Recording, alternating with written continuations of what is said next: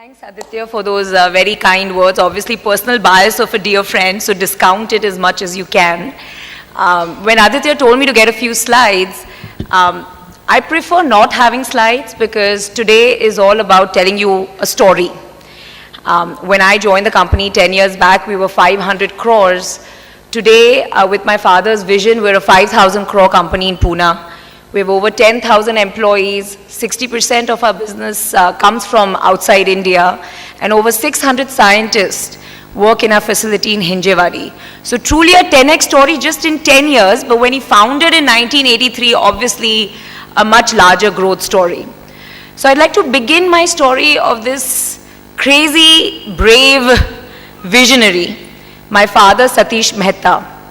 When he graduated, after he graduated from IIM Ahmedabad, he refused to join his father's retail store, and the risk taker that he is, decided to start his own manufacturing unit in pharmaceuticals.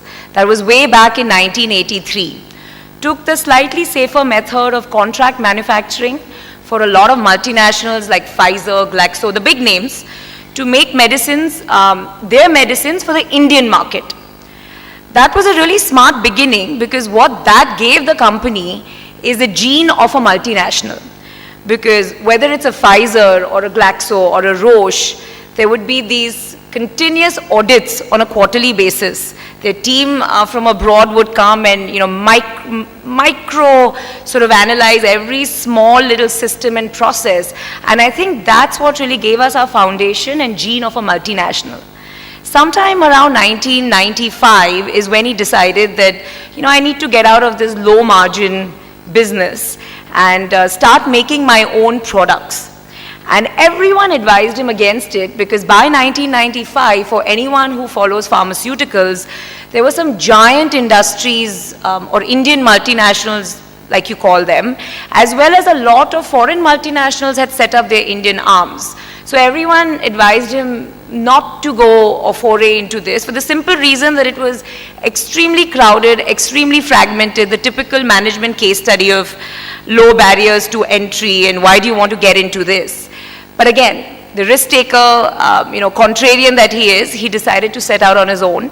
When we started manufacturing medicines for the Indian market under the Emcure name, our own branded generics, we were ranked 128th by IMS, which tracks pharma industry. Today, as we speak, we're top 10 in India, and that's truly been an incredible growth path. Today, when you look at any therapeutic area, so we're strongest in women's health. Our biggest brand is Anemia, which is a 350 crore brand for us, Orofor XT. But if you look at any therapeutic area, whether you talk about, gynec, hypertension, diabetes, oncology, nephrology, neurology, you name it, derma, we're there in every therapeutic area. And in a lot of these therapeutic areas, we beat the old timers to get dominant positions in those areas. So once again, he proved that he can make a mark there. Then in 2001, he did the craziest thing of his lifetime. This is when he got private equity investment, got crazy amount of loans, and decided that he wants to set up these US FDA facilities, and exactly what he did in India, which is make for multinationals, but for the Indian market. He wanted to now make for multinationals, but for the US market. So become a contract manufacturer for the multinationals, but sell in the US. Now that is a crazy game because let me explain it to you. The day you take your bank loan, and the day it takes you anywhere from 2 to 3 years just to set up a US FDA facility, because that's the kind of infrastructure and systems you need.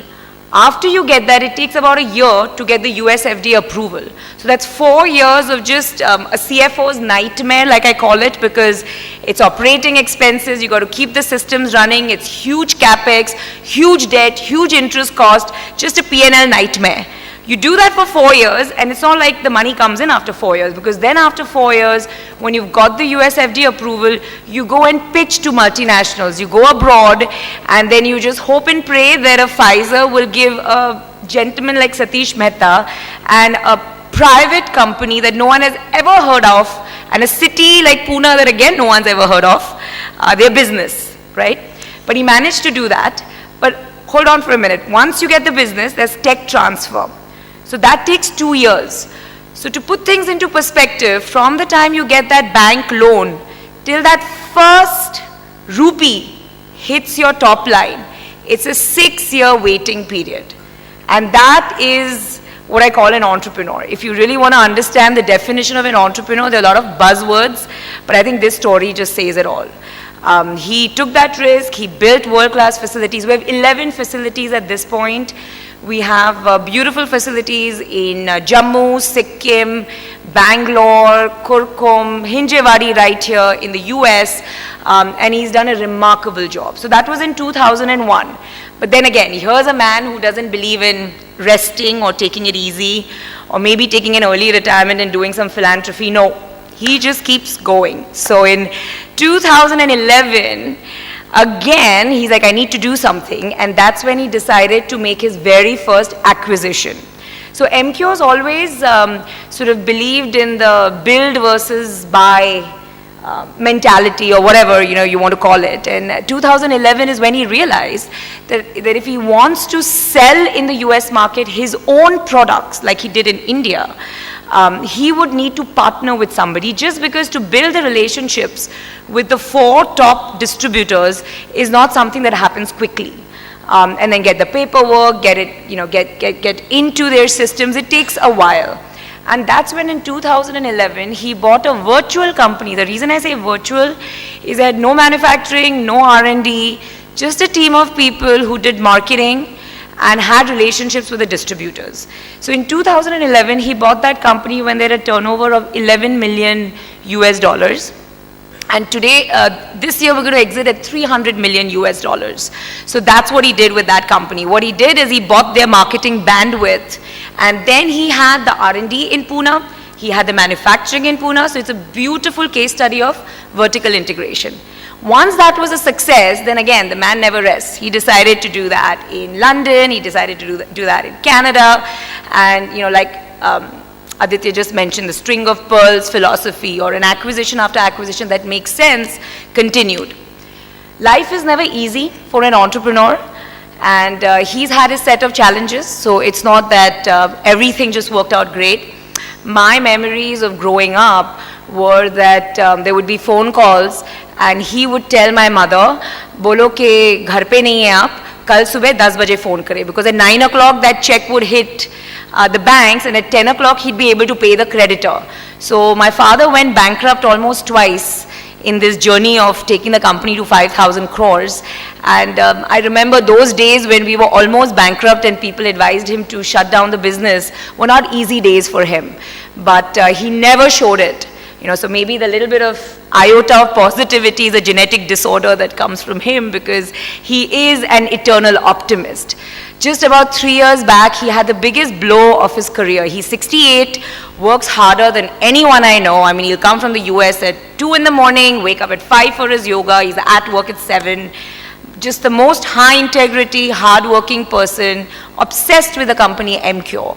But 3 years back, he had the most terrible thing happened to him, because his very first acquisition, he bought it from 2 brothers, and he's always believed in having multiple entrepreneurs. So we joke in the family that everyone's a CEO and we're not, the family is the only one who's not a CEO, because he's got some really good professionals by making them CEOs and by giving them equity in the company. So when the company goes public, they've got skin in the game. So that's exactly what he did in the US, but this time it didn't work. The 2 gentlemen backstabbed him. They had got into all sorts of messy business in the US. We fired them the very next day. But for 3 years, he had to go through a very tough time with the legal department in the US. And I don't know how he dealt with it, but he always dealt with it with a smile on his face. He's had issues running into, regulatory issues with the factories, where the factories got shut down by the US authorities for 2-3 years. But we've been asked to talk about key takeaways. And I think one of the biggest takeaways about him is, yes, he was a risk taker, is a risk taker. Yes, he's an eternal optimist. But the most important thing is that it's always planned. There's always a checklist. And he always leads by example. He works harder than anyone I know, and he knows the pulse. So there are times that we'll be sitting in a meeting, and the way he's divided the business is I look after the India business, which is 40% of the sales. So the CFO title is, I was telling Aditya, redundant, because a year and a half back I got to control the top line, which is more exciting. My brother controls Europe and my husband controls US. So they're very clear demarcations, which I'm very happy because I never see my husband and brother, which I think is the best kind of succession planning, because we all have our own things to do. Otherwise, a type A personalities, we'd end up killing each other. So anyway, coming back to Satish Mehta, the point I'm making is when he sits in review meetings with us, so for example, me, I'm just looking at that India business. He's looking at emerging markets, Europe, US, India, R&D, manufacturing. He's looking at everything. Everything's in his head. So God forbid, out of my 300 brands, if he's going to ask me one brand, what was the sales in December and the growth percent in volume and value terms, and if I make the mistake of opening my laptop, I'm finished, right? Because why is it not in your head? Are you not looking at it every day? Doesn't it give you sleepless nights? Aren't you thinking about it? Why do you need to open a laptop to look at your core business and your core numbers? And then the tanas start, right? Guys are lucky, second generation, got it all ready made, you didn't have to work hard, blah, blah, blah, blah. So, to avoid all of that, we make sure that when we walk into meetings with him, we're really prepared, we've memorized everything, have those little post-it cards while brushing our teeth that, oh, this is what it is.